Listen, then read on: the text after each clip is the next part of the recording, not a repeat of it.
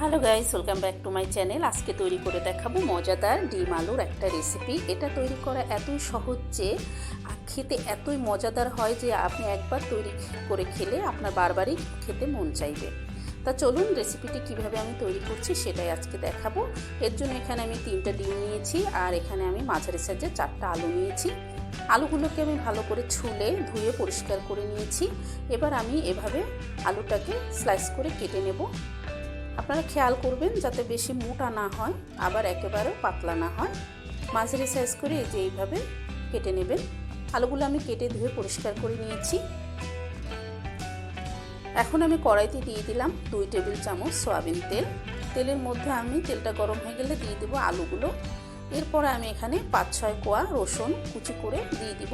রসুনটা একটু বেশি দিবেন। আর পেঁয়াজ দিয়ে দিলাম এখানে মাঝারি সাইজের 3টা। এবার আমি দিয়ে দেবো 1 চা চামচ লবণ, দিয়ে দেবো 1/2 চা চামচ মরিচের গুঁড়ো, দিয়ে দেবো 1/2 চা চামচ হলুদের গুঁড়ো। এগুলো দিয়ে আমি ভালো করে আলুটাকে কিন্তু একটু কষিয়ে নেব নেড়ে চেড়ে। আলুটাকে কিন্তু ভালো করে কষাতে হবে, তাহলেই তরকারিটা অনেক মজাদার হবে। তারপর আমি 2 মিনিটের জন্য ঢেকে রাখবো মিডিয়াম থেকে লো হিটে। এরপর আমি ঢাকনাটা খুলে চুলার জাল আবার মিডিয়াম করে দেব। এবার একটু নেড়ে চেড়ে দেবো। দেখেন তেলটা কিন্তু উঠে এসেছে, আলুটা কিন্তু আমার কষানো হয়ে গেছে।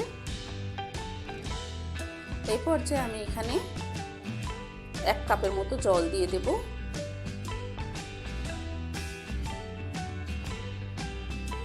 যদি ঝোলটা আপনাদের একটু বেশি দরকার হয় তা একটু বেশি দিতে পারেন।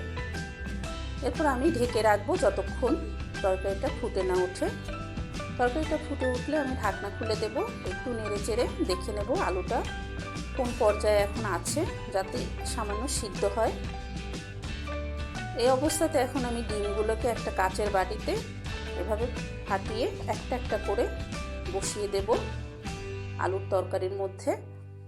এই যে আপনারা চাইলে ডাইরেক্টও দিতে পারেন, কিন্তু এতে অনেক সময় ডিমের খোসা পড়ে যায়। তো এই জন্য আমি এইভাবে একটা বাটিতে ডিমগুলোকে ফাটিয়ে নিয়ে তারপর ঢেলে দিলাম। এবার আমি ঢেকে জাল দিব 2 মিনিট, যাতে ডিমের উপরের অংশটা শক্ত হয়ে যায়। এবার আমি ঢাকনা খুলে দিলাম আর ডিমগুলো দেখেন কি সুন্দর উপর দিয়েও সিদ্ধ হয়ে গেছে আর আলুটাও সিদ্ধ হয়ে এসেছে। এখন আমি এটা উল্টে দিব। উল্টে দিয়ে এখানে আমি কিছু ধনিয়া পাতা কুচি দিয়ে দিব। এতে গন্ধটা খুবই ভালো লাগবে। ধনিয়া পাতাটা দিয়ে হালকা করে একটু নেড়ে চেড়ে আমি আবারও একটু ঢেকে রাখবো।